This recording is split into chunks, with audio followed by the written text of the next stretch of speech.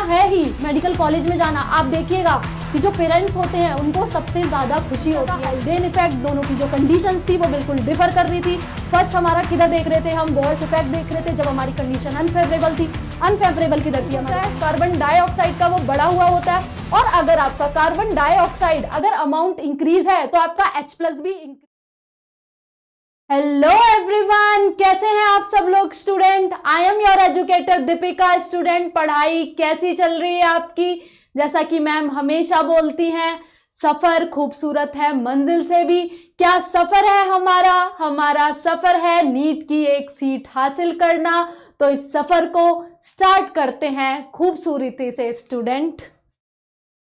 ये मैम के बारे में कुछ इंफॉर्मेशन है, आपको पसंद आए तो आप पढ़ सकते हैं। स्टूडेंट, आज हमारा टॉपिक रहेगा ऑक्सीजन हीमोग्लोबिन डिसोसिएशन कर्व। तो ये सेशन खूबसूरती से स्टार्ट करने से पहले हम थोड़ा जान लेते हैं कि ऑक्सीजन हीमोग्लोबिन डिसोसिएशन कर्व को स्टार्ट करने से पहले हम ये जानते हैं ये जो ट्रांसपोर्ट ऑफ O2 है वो किस तरीके से हो रहा है। फिर मैं आपको बहुत सिंप्लीफाइड वे में समझाऊंगी कि ये ऑक्सीजन हीमोग्लोबिन डिसोसिएशन कर्व है क्या। तो देखिए स्टूडेंट, जैसा कि आपको पता है कि जो ऑक्सीजन है वो ट्रांसपोर्ट होता है in a blood as oxyhaemoglobin that is HbO2 through RBC। वो कितना % में आपका ट्रांसपोर्ट होता है, वो होता है आपका 97%। NCERT में लिखा हुआ है कि जो CO2 है उसकी जो सॉल्युबिलिटी है वो 25 टाइम्स ज्यादा है O2 से, इसीलिए ऑक्सीजन जो हमारा है वो 95% एज अ RBC ट्रांसपोर्ट होता है in the form of oxyhaemoglobin, और 3% हमारा ट्रांसपोर्ट होता है थ्रू प्लाज्मा। देखो मैम ने लिखा भी हुआ है यहाँ पे, ये ट्रांसपोर्ट ऑफ O2 मैंने आपको बताया, ये RBC के थ्रू ट्रांसपोर्ट होता है 97%। आप देख सकते हैं, इधर से देखिए 97 एज ऑक्सी हीमोग्लोबिन ट्रांसपोर्ट हो रहा है, और 3% हो रहा है ये हमारा डिसॉल्व फॉर्म में ऑक्सीजन थ्रू प्लाज्मा। बट हमारा CO2 मैंने आपको लेक्चर्स में पढ़ाया हुआ है 77% थ्रू प्लाज्मा ट्रांसपोर्ट होता है। क्यों, अभी बताया मैंने आपको, क्योंकि 25 टाइम्स CO2 की सॉल्युबिलिटी ज्यादा होती है एज कंपैरिजन टू ऑक्सीजन। तो हमारा ऑक्सीजन, यहाँ पे हम ऑक्सी हीमोग्लोबिन डिसोसिएशन कर्व की बात कर रहे हैं स्टूडेंट, तो हमें ट्रांसपोर्ट ऑफ O2 जानना होगा। तो मैंने आपको अभी बताया कि जो हमारा ऑक्सीजन जो ट्रांसपोर्ट हो रहा है वो एज अ 97% ट्रांसपोर्ट हो रहा है एज अ ऑक्सी हीमोग्लोबिन की फॉर्म में ट्रांसपोर्ट हो रहा है। चलो अब ऑक्सीजन हीमोग्लोबिन डिसोसिएशन कर्व की बात कर रहे हैं। तो किसी भी अगर हम कर्व की बात करते हैं तो हमें पता होना चाहिए कि हम उसकी x axis and y axis पे क्या हम चीजें ले रहे हैं। तो यहाँ पे हमने क्या लिया हुआ है, जो ये ऑक्सीजन हीमोग्लोबिन डिसोसिएशन कर्व है आपका, ये किस किस के बीच में बना रहे हैं हम बना रहे हैं partial pressure of oxygen and percentage saturation of haemoglobin that is oxy haemoglobin that is HbO2। अब आप बोलेंगे ये HbO2 है क्या, ये परसेंटेज सैचुरेशन है क्या। स्टूडेंट डोंट वरी, अभी मैं आपको समझाती हूँ ये परसेंटेज सैचुरेशन है क्या। मैंने आपको क्या बताया, जो ऑक्सीजन हीमोग्लोबिन डिसोसिएशन कर्व ये हम किस किस के बीच में देख रहे हैं, ये हम देखते हैं, हम एक्स एक्सिस पे इसमें लेते हैं partial pressure of oxygen and y axis पे हम लेते हैं अपना percentage saturation of oxyhaemoglobin. और ये कर्व कैसा आता है हमारा ये कर्व आता है एस शेप्ड, और एस शेप्ड को हम और क्या कहते हैं, it is also called sigmoid curve. जो हम ये ग्राफ बना रहे हैं आप देख रहे हैं ये एस शेप्ड आ रहा है, तो इसको हम सिग्मॉइड कर्व भी बोलते हैं। सिग्मॉइड कर्व भी हम इसे बोलते हैं, राइट। तो देखो अब परसेंटेज सैचुरेशन को मैम आपको समझाती हैं। हमारा जो हीमोग्लोबिन होता है उसमें 2 अल्फा चेन होती है और 2 बीटा चेन होती हैं। तो परसेंटेज सैचुरेशन का मतलब है कि जो हीमोग्लोबिन है उसकी 2 अल्फा चेन 2 बीटा चेन, तो ऑक्सीजन 4O2 बाइंडिंग कैपेसिटी होती है हीमोग्लोबिन में। तो मान लीजिए कि आपका एक O2 बाइंड करा हीमोग्लोबिन से एक मॉलिक्यूल ऑफ O2, तो आपका कितना % सैचुरेशन हुआ, आपका सैचुरेशन हुआ 25% हीमोग्लोबिन का ऑक्सीजन के साथ। अगर एक और मॉलिक्यूल आपका बाइंड कर रहा है तो कितना 50%। देन थर्ड मॉलिक्यूल भी बाइंड कर जा रहा है हीमोग्लोबिन से। ये मैं आपको भी डायग्राम की हेल्प से समझाऊंगी जो मैंने इधर पे बनाया हुआ है। तो आपका थर्ड मॉलिक्यूल भी बाइंड कर रहा है तो कितना हो जाएगा, 75% सैचुरेट हो जाएगा। देन आपका फोर्थ मॉलिक्यूल भी आके बाइंड कर गया ऑक्सीजन का हीमोग्लोबिन के साथ, तो सैचुरेशन कितना है आपका पूरा 100% सैचुरेशन हो जाएगा। तो यही इसी सैचुरेशन की मैम बात कर रही है जो ग्राफ बनाया गया है, partial pressure of oxygen and percentage saturation of haemoglobin. अब देखिए यहाँ पे मैंने डायग्राम बनाया हुआ है, देखिए यहाँ पे एक मॉलिक्यूल ऑक्सीजन का बाइंड हुआ, मैम ने कितना बताया आपको, 25% सैचुरेशन हो गया हीमोग्लोबिन का ऑक्सीजन के साथ। देन यहाँ पे आप अगर एक और मॉलिक्यूल बाइंड करा देंगे तो कितना परसेंट सैचुरेशन हो गया, 50%। देन इधर से आप देखिए जैसे आपका यहाँ पे भी O2 आ गया है, देन कितना परसेंट हो जाएगा, 75%, इधर 100% आपका सैचुरेशन हो जाएगा। यही चीजें आप एंजाइम रिएक्शंस में भी पढ़ते हैं।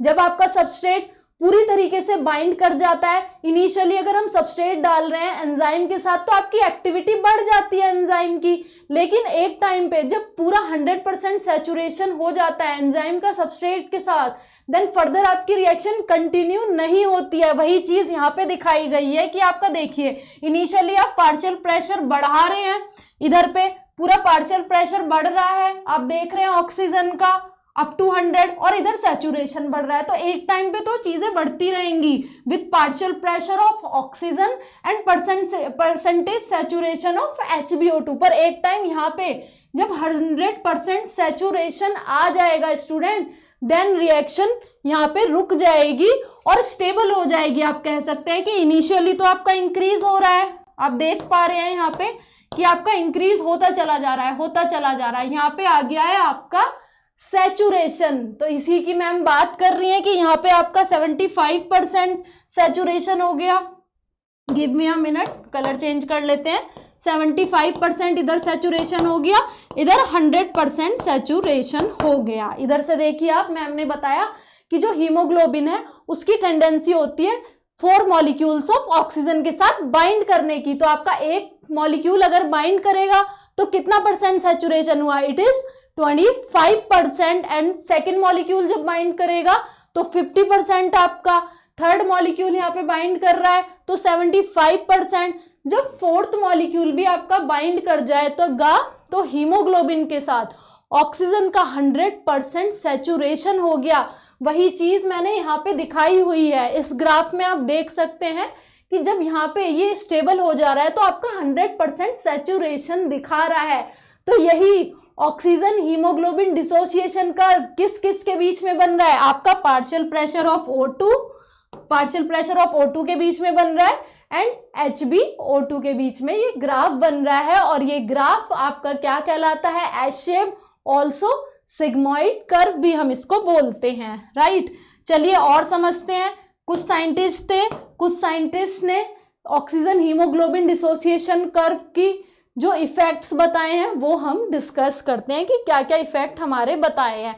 देख सकते हैं जैसे कि आप स्टूडेंट, जो ये ऑक्सीजन हीमोग्लोबिन डिसोसिएशन कर्व होता है, ये अगर अनफेवरेबल कंडीशन और फेवरेबल कंडीशन में हम देखें तो इनको NCERT में आपको इफेक्ट्स दिए गए हैं कुछ, और वो MCQ में पूछे जाते हैं आपसे। तो मान लीजिए आपके पास अनफेवरेबल कंडीशन आई, तब क्या होता है, तब देखते हैं तब क्या होता है। वैसे मुझे पता है स्टूडेंट बहुत ज्यादा यहाँ पे स्मार्ट है, उन्हें ऑलरेडी चीजें पता होंगी। मैं आपके कॉन्सेप्ट क्लियर करना चाहती हूँ, आप ध्यान से सुनिएगा। मान लीजिए कि हमारे पास अनफेवरेबल कंडीशन है, तो ये हमारा ग्राफ अनफेवरेबल कंडीशन में किधर शिफ्ट हो रहा है स्टूडेंट, राइट शिफ्ट हो रहा है, और इसे राइट शिफ्ट भी कहते हैं। और इसको किसने बताया था, इसको बताया था इसको कहा जाता है बोहर्स इफेक्ट। यहाँ पे क्या हो रहा है स्टूडेंट, बोहर इफेक्ट्स में मैंने बहुत सारी चीजें यहाँ पे लिखी हुई हैं। तो बोहर्स इफेक्ट में क्या देखा जाता है, जब आपकी बॉडी में अनफेवरेबल कंडीशंस होती हैं नियर द टिश्यू, अगर आप देखें तो आपका क्या होता है, डिसोसिएशन ऑफ O2 हो रहा होता है, आपका CO2 का अमाउंट बढ़ा हुआ होता है। मैम ने आपको पढ़ाया भी हुआ है ये, ट्रांसपोर्ट ऑफ CO2 में नियर द टिश्यू आपका जो अमाउंट होता है कार्बन डाइऑक्साइड का वो बढ़ा हुआ होता है। और अगर आपका कार्बन डाइऑक्साइड अगर अमाउंट इंक्रीज है तो आपका H+ भी इंक्रीज हो जाएगा। H+ अगर आपका इंक्रीज हो रहा है तो आपका pH कम हो जा रहा है। यहाँ पे लिखा भी हुआ है मैंने, देखिए यहाँ पे लिखा भी हुआ है मैंने कि डिसोसिएशन ऑफ O2 हो रहा है। यहाँ पे PO2 partial pressure of O2 कम होगा near the tissue and CO2 and H+ जैसा कि मैम ने बताया कि वो इंक्रीज होगा नियर द टिश्यू। और अगर आप देखें कि अगर आपका CO2 ज्यादा है, H+ ज्यादा है तो आपका pH ऑटोमेटिकली कम हो जाता है, पढ़ा भी हुआ है आपने, यहाँ पे लिखा हुआ है। देन अगर आप टेम्परेचर भी इंक्रीज करा दें अप टू 43 डिग्री सेल्सियस आप करा दें, तो ये सारी चीजें जो भी हैं यही कहलाएगा बोहर्स इफेक्ट। तो यहाँ पे मैंने एक और टर्म लिखी हुई है, क्या लिखा हुआ है स्टूडेंट? P50 लिखा हुआ है। अब कुछ बच्चे सोच रहे होंगे कि भाई ये P50 वैल्यू है क्या, मैं बताती हूँ आपको ये P50 वैल्यू है क्या। देखो एट 50% जब 50% सैचुरेशन हो जाए HbO2 का, वो पार्शियल प्रेशर जो है उसको हम P50 बोलते हैं। रुकिए मैं आपको बताती हूँ। अभी ये हमारा जो HbO2 है यहाँ पे 50% सैचुरेट हो गया आपका। जब HbO2 50% सैचुरेट हो जाए वही पार्शियल प्रेशर क्या कहलाएगा? P50 वैल्यू कहलाएगा। तो यही यहाँ पे आप बना दीजिए P50 वैल्यू। और ऑल्सो ये 25 mmHg लिखा हुआ है, NCERT ने में लिखा हुआ है ये कि जो P50 वैल्यू होती है that value eight which HbO2 is 50% saturated, that pressure is also known as what? P50 value. तो P50 वैल्यू अनफेवरेबल कंडीशन में क्या हो जाएगी स्टूडेंट? आपकी लिखा हुआ है मैम ने यहाँ पे इंक्रीज हो जाएगी, यानी कि ज्यादा आपको O2 प्रोवाइड करना होगा पार्शियल प्रेशर, तो वो अमाउंट इंक्रीज हो जाएगा, P50 वैल्यू आपकी इंक्रीज हो जाएगी। तो यही क्या कहलाया? Bohr's effect. तो मेरे स्टूडेंट एमसीक्यू में कहाँ टिक करके आएंगे? आपको क्वेश्चन दे दिया जाए कि बोहर्स इफेक्ट कहाँ देखा जाता है स्टूडेंट? बोहर्स इफेक्ट आपका किधर देखा जाता है? Near the tissue. क्या क्या कंडीशंस हैं? आपका डिसोसिएशन हो रहा है ऑक्सीजन का, कार्बन डाइऑक्साइड इंक्रीज कर रही है, H+ का अमाउंट इंक्रीज कर रहा है, आपका pH डिक्रीज कर रहा है, ऑल्सो आपका टेम्परेचर इंक्रीज कर रहा है, ऑल्सो P50 वैल्यू भी इंक्रीज कर रही है। ये सारी कंडीशन आपको दे दी जाएंगी स्टूडेंट। और एमसीक्यू में ऐसे ही क्वेश्चन पूछ लिया जाता है, कहीं पे आपको दे देगा कि एसोसिएशन हो रहा है ऑक्सीजन का, कहीं पे आपको बोल देगा कि टेम्परेचर डिक्रीज हो रहा है। तो ये सारी बातें आपको याद रखनी है। मैम ने बताया कि बोहर्स इफेक्ट यही कहलाया, इसको क्या बोला गया है, क्या क्या कंडीशंस हैं इसमें आपको याद हो गई होंगी। डिसोसिएशन ऑफ O2 हो रहा है, यहाँ पे PO2 डिक्रीज कर रहा है, CO2 एंड H+ इंक्रीज कर रहा है, इवेंचुअली आपका pH डिक्रीज हो जा रहा है, टेम्परेचर भी इंक्रीज कर रहा है। कितना बताया मैम ने? 43 डिग्री सेल्सियस बताया। P50 वैल्यू भी इंक्रीज कर रही है। और ये सारा फिनोमिनन किधर हो रहा है बोहर्स इफेक्ट का? बताए मेरे को कमेंट में, बोहर्स इफेक्ट किधर हो रहा है स्टूडेंट? Near the tissue. इसी का ही ऑपोजिट अगर आप देखें तो अगर आपके पास कंडीशंस फेवरेबल हैं देन क्या होता है स्टूडेंट यहाँ पे? तो ये हो जाएगा। और यही शिफ्ट, बोहर्स इफेक्ट का जो शिफ्ट होता है यही कहलाता है राइट शिफ्ट। कई बार एमसीक्यूज में बोहर्स इफेक्ट ना बोल के आपको बोल दिया जाता है कि राइट शिफ्ट की कंडीशन दे दी जाती है, तो आपको ये चीज़ का याद रखना है।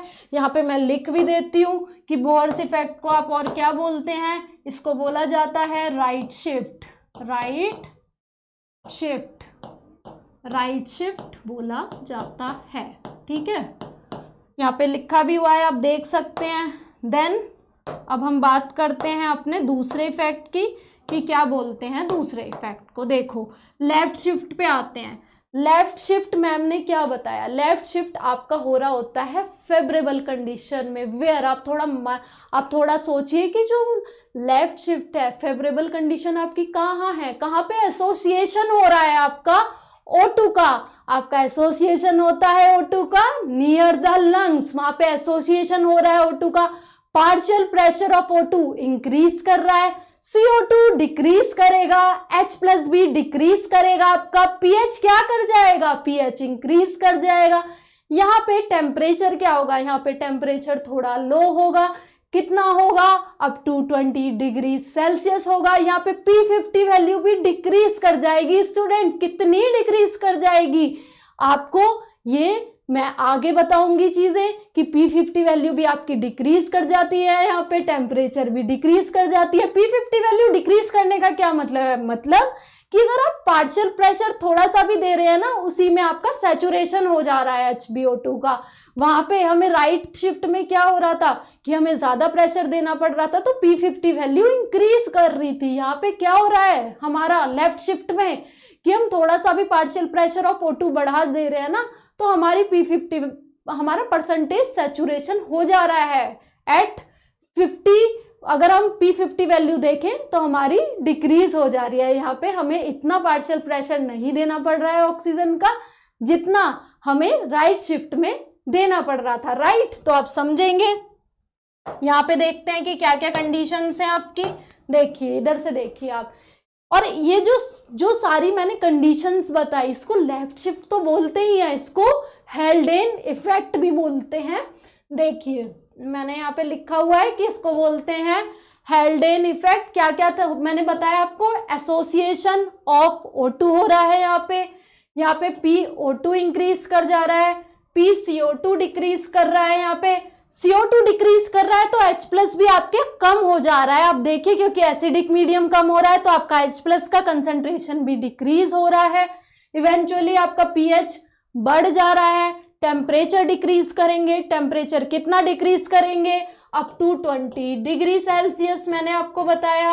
P50 वैल्यू डिक्रीज हो जा रही है। P50 वैल्यू डिक्रीज होने का मतलब मैम ने क्या बताया कि आपको थोड़ा सा ही आप प्रेशर दे रहे हैं ऑक्सीजन का, उसी में सैचुरेशन हो जा रहा है, तो हमारी P50 वैल्यू भी डिक्रीज हो रही है। और ये सारा फिनोमिना किधर हो रहा है, ये सारा फिनोमिना हो रहा है लंग्स के पास। तो होप आपको ये सारा जो भी कर्व है इसकी कंडीशन MCQ में ऐसे ही दी जाती हैं कि हेल्डेन इफेक्ट को हमारा बोअर्स इफेक्ट के साथ मर्ज कर देते हैं और कंडीशन शिफ्ट कर देते हैं MCQs में। तो आपको ये सारी चीजें ध्यान रखनी है स्टूडेंट कि किस तरीके से MCQs को अटेम्प्ट करना है। पूरा अटेंटिव होकर आपको ये सारी चीजें क्वेश्चंस PYQ की आप प्रैक्टिस तो कर ही रहे हैं, लेकिन आपको बिल्कुल अटेंटिव होके आंसर भी देना है ताकि आप अच्छे से सारे क्वेश्चन जितने भी आप कर रहे हैं सब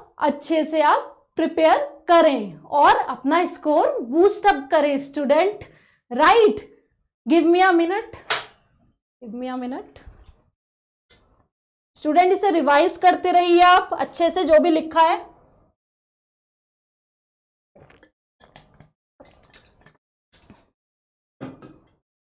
हाँ, तो मैं आपको बता रही थी कि आपको ये सारी चीजें समझ में आई होंगी। क्या क्या हमने पढ़ा आज, हमने पढ़ा कि किस तरीके से ऑक्सीजन का ट्रांसपोर्ट हो रहा है। मैंने आपको बताया कि ऑक्सीजन का ट्रांसपोर्ट एज ऑक्सी हीमोग्लोबिन 97% होता है थ्रू RBC और 3% आपका होता है थ्रू प्लाज्मा। क्यों ऐसा हो रहा है, क्यों RBC के थ्रू 97% ट्रांसपोर्ट हो रहा है ऑक्सीजन, क्योंकि CO2 जो होता है उसकी जो सॉल्युबिलिटी होती है इन कंपैरिजन टू ऑक्सीजन ज़्यादा होती है। कितनी होती है CO2 की, मैम ने बताई 25 टाइम्स ज़्यादा होती है CO2 की, तो वो एज अ 77% प्लाज्मा के थ्रू ट्रांसपोर्ट करता है।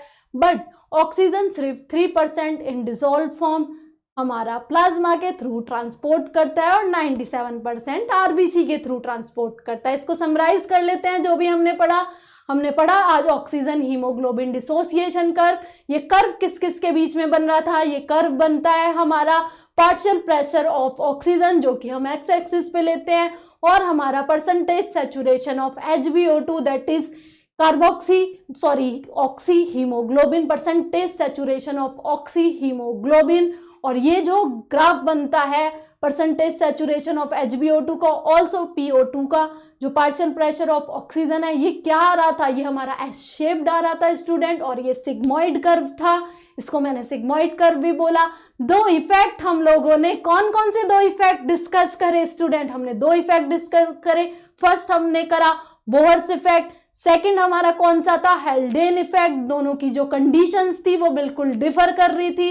फर्स्ट हमारा किधर देख रहे थे हम, बोहर्स इफेक्ट देख रहे थे जब हमारी कंडीशन अनफेवरेबल थी।